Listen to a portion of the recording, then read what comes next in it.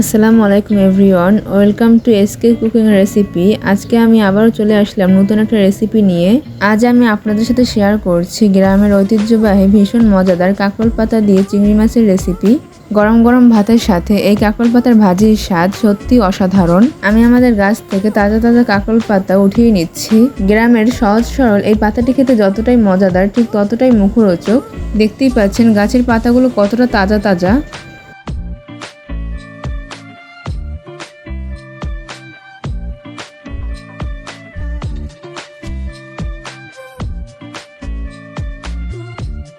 আমি এখানে কাঁকরোল পাতার সাথে কিছু কাঁচামরিচ ও কিছু নাগামরিচ তুলে নিয়েছি আমাদের গাছ থেকে। আমি এখানে প্রায় অনেকগুলো কাঁকরোল পাতায় তুলে নিয়ে এসেছি।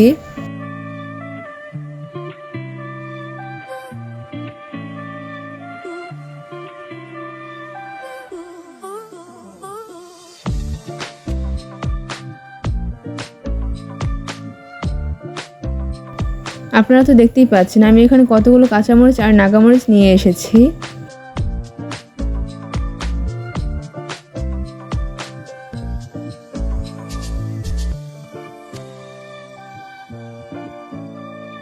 আমি এখন একটি কড়াইয়ের ভিতরে সামান্য পরিমাণ তেল দিয়ে দিয়েছি। তেলটা হালকা গরম হয়ে আসলে আমি এর ভিতরে দিয়ে দিচ্ছি আগে থেকে কেটে রাখা চিংড়ি মাছ। এখন এই চিংড়ি মাছগুলো তেলের সাথে হালকা ভেজে নেব।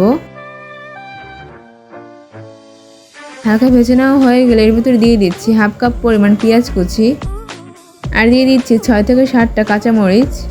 এখন সব কিছু হালকা ভেজে নেব।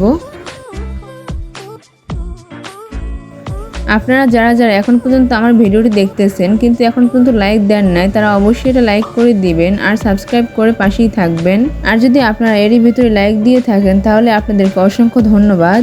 এখন আমি এর ভিতরে দিয়ে দিচ্ছি হাফ চামচের মতো হলুদের গুঁড়া, হাফ চামচের মতো মরিচের গুঁড়া, স্বাদ মতো লবণ। এখন সবকিছু হ্যান্ড উইচের সাহায্যে মিশিয়ে নিব।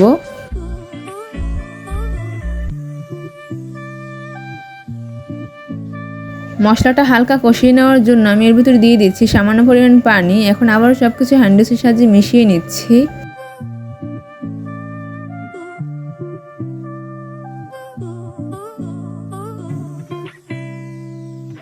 মশলা খুব ভালোভাবে কষিয়ে নেওয়া হয়ে গেলে এর ভিতরে দিয়ে দিচ্ছি একটা কুচি করে রাখা আলু। এখন মশলার সাথে খুব ভালোভাবে মিশিয়ে নিব। আপনারা চাইলে এই আলুটা স্কিপ করে রাখতে পারেন।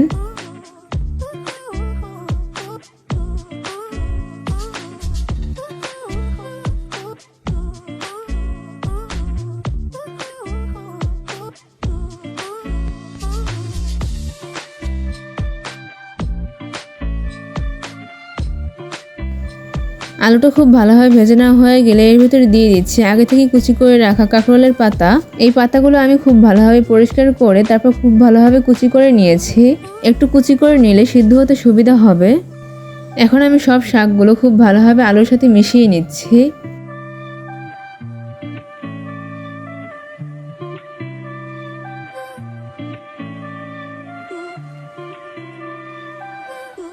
সব শাকগুলো খুব ভালোভাবে মিশিয়ে নেওয়া হয়ে গেলে এরপর আমি ঢাকনা দিয়ে রেখে দিচ্ছি প্রায় 5 মিনিটের জন্য। 5 মিনিট পর ঢাকনা উঠিয়ে খুব ভালোভাবে আবার নেড়েচেড়ে মিশিয়ে নিচ্ছি।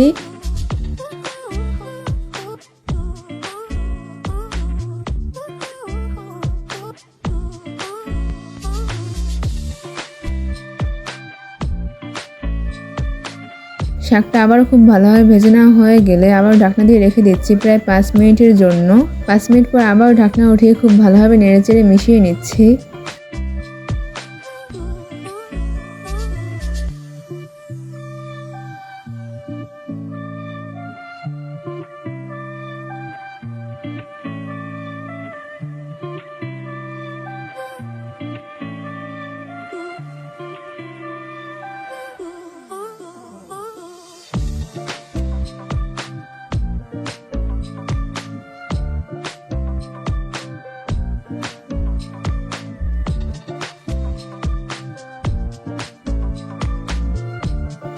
শাকটা এরকম হালকা ভেজে নিলেই হয়ে যাবে।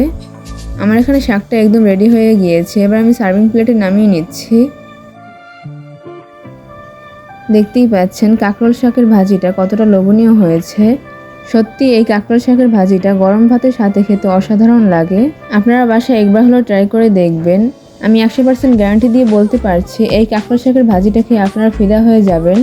এর স্বাদ আপনারা কখনোই ভুলতে পারবেন না। তাহলে আজকের এত সহজ রেসিপি আপনাদের কাছে কেমন লাগলো অবশ্যই আমাকে কমেন্ট করে জানাতে ভুলবেন না। আর একটা লাইক করে সাবস্ক্রাইব করে পাশেই থাকবেন। তাহলে আজকে এই পর্যন্তই। সবাই ভালো থাকবেন, সুস্থ থাকবেন। আল্লাহ হাফেজ।